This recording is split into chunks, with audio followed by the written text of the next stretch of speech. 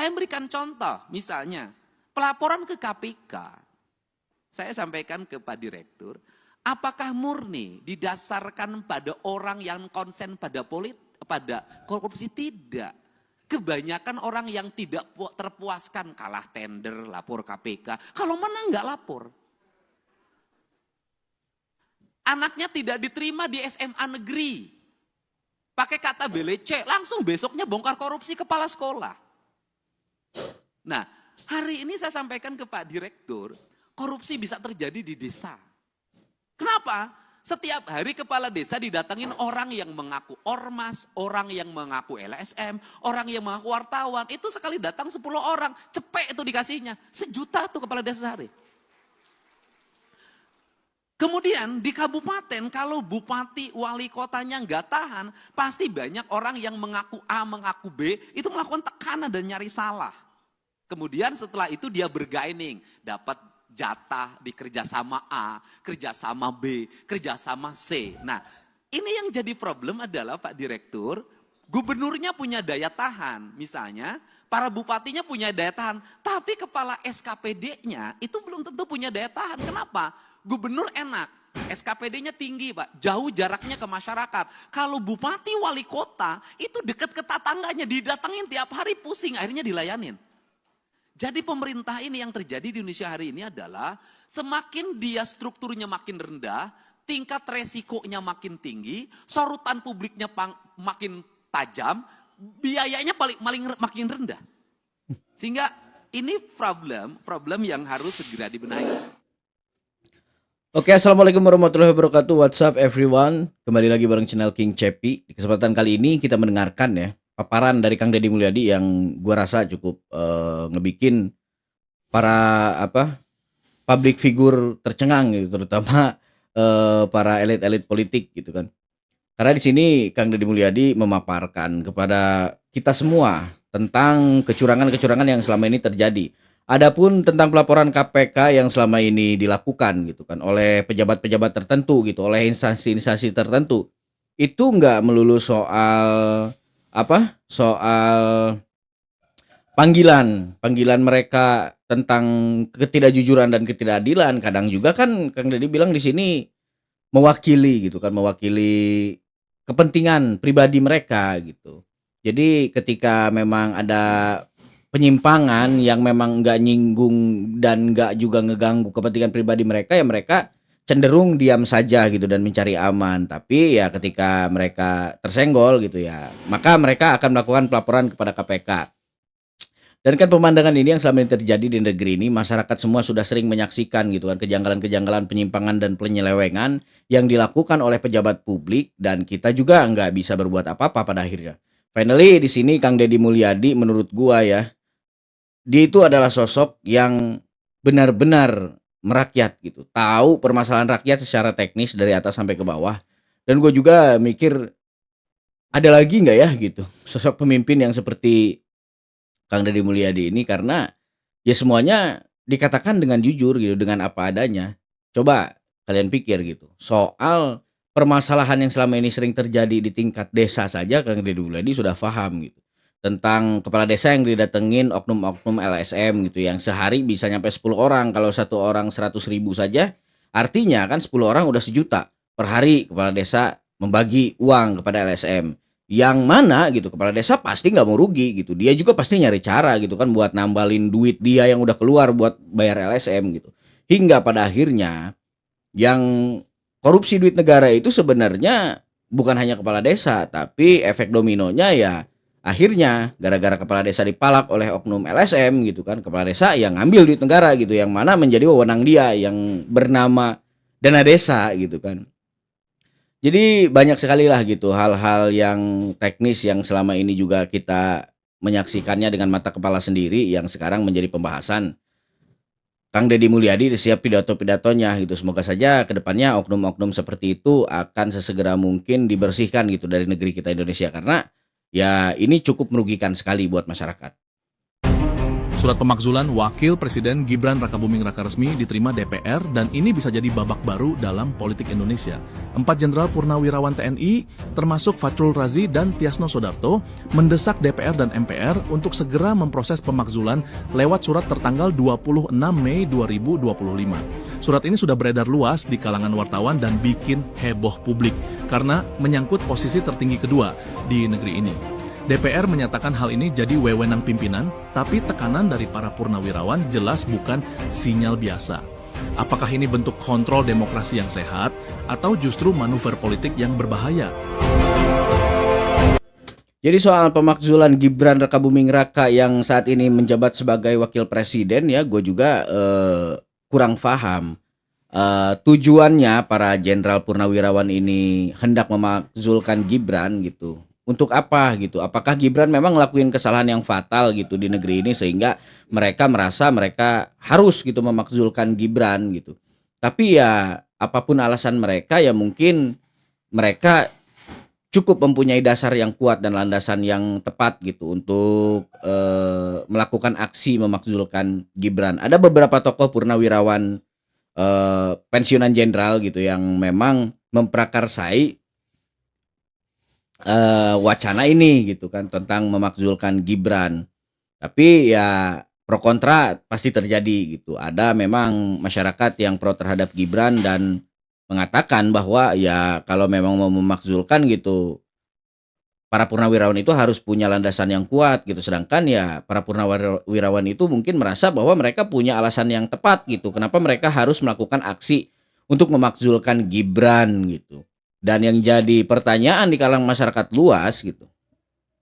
Kalau memang Gibran berhasil dimakzulkan oleh para pensiunan jenderal, oleh purnawirawan jenderal itu, siapa yang akan menggantikan Gibran mendampingi Prabowo di istana? Nah itu kan yang masih menjadi pertanyaan. Bahkan ada sertaan selintingan yang mengatakan bahwa katanya pasti katanya Luhut yang bakal naik, ya belum tentu juga kan. Nah, ada juga masyarakat Jawa Barat yang udah berharap gitu pasti katanya Kang Deddy Mulyadi yang bakal naik katanya karena kan Prabowo juga sempat mengamanatkan kepada Kang Deddy Mulyadi agar sesegera mungkin bisa membantunya di Jakarta katanya di istana di pusat kan. Ya segala kemungkinan bisa terjadi di menit akhir. Intinya ya kita pantau terus ya pemberitaan di media tentang pergerakan politik di negeri ini karena kita juga memiliki andil gitu. Masyarakat adalah pemegang kedaulatan tertinggi di negara ini. Semoga saja ke depannya ada solusi yang lebih baik gitu. Dimakzulkan Gibran kah atau tidak dimakzulkan Gibran kah itu kan dua fenomena yang masih sama-sama kita mempertanyakan gitu. Perlu apa tidak memakzulkan Gibran? Nah, karena sampai saat ini juga gue belum ngelihat gitu kesalahan yang fatal sih yang dilakukan oleh Gibran gitu. Jadi sebenarnya nggak perlu lah. Tapi kalaupun harus mereka nih para cendekiawan, para tokoh-tokoh nasional memang mengatakan harus ya, gua sebagai masyarakat gitu ya, mungkin hanya akan mengikuti saja gitu alur yang mereka buat. Kami bersumpah demi negeri ini. Negara Kesatuan Republik Indonesia. Satu. Kami bangsa Indonesia. Berketuhanan yang Maha Esa. Dua. Kami bangsa Indonesia. Berkemanusiaan. Yang adil dan beradab. Tiga. Kami bangsa Indonesia. Menjunjung tinggi. Persatuan dan Kesatuan Indonesia. Jadi kenapa banyak masyarakat yang berkomentar miring gitu kan tentang video ini, tentang video di mana para jenderal purnawirawan itu bersumpah katanya mau memakzulkan Gibran gitu. Karena apa, Bre? Di sini masyarakat menilai bahwa aksi mereka ini tidak mempunyai landasan yang kuat gitu. Aksi mereka ini tidak mempunyai alasan yang tepat gitu. Kenapa mereka harus memakzulkan Gibran? Nah, ini juga kan yang menjadi membikin gitu para masyarakat yang pro terhadap Gibran itu marah naik pitam gitu. Tapi ya kalau kita kan sebagai orang yang memang menjunjung tinggi nilai-nilai kebaikan gitu, terserahlah apapun yang terbaik gitu. Yang penting kuncinya pemerintahan tetap jujur dan tidak ada terjadi lagi praktek-praktek korupsi di negeri ini gitu. Karena ya kalau memang harus salah gitu memilih pemimpin ya memang kita sudah salah dari awal gitu kan. Tapi ya menurut gua sampai sekarang Gibran belum ngelakuin kesalahan yang fatal sih gitu buat negeri ini. Jadi memang nggak ada alasan sih sebetulnya. Yang akan berjuang untuk semua rakyat.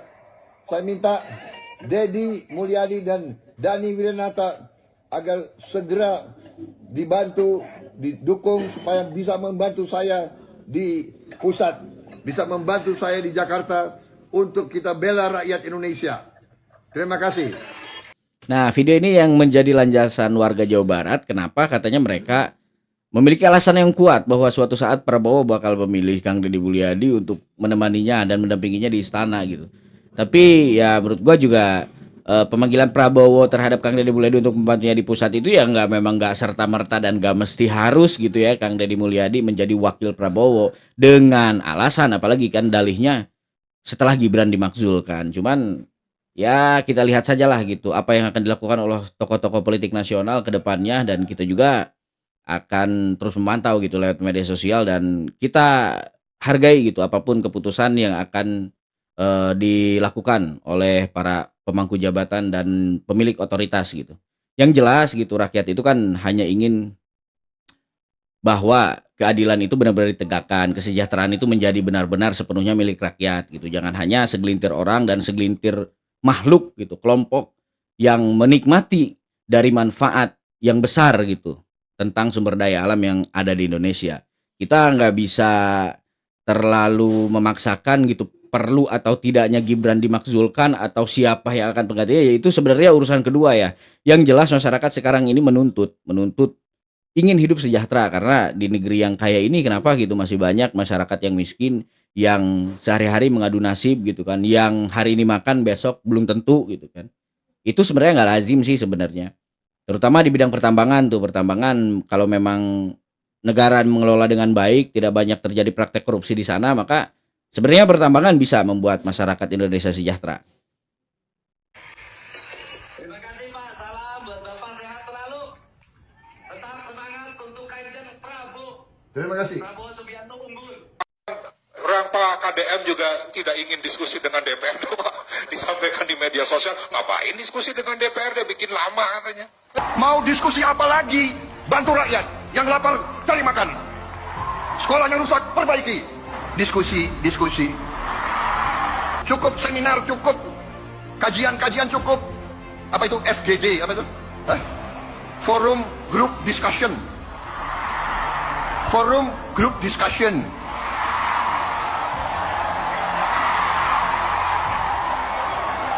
Mau diskusi apa lagi? Itu tuh, ngentaskan kemiskinan absolut. Bantu rakyat yang lapar cari makan. Sekolah yang rusak perbaiki. Jalan yang rusak perbaiki. Diskusi.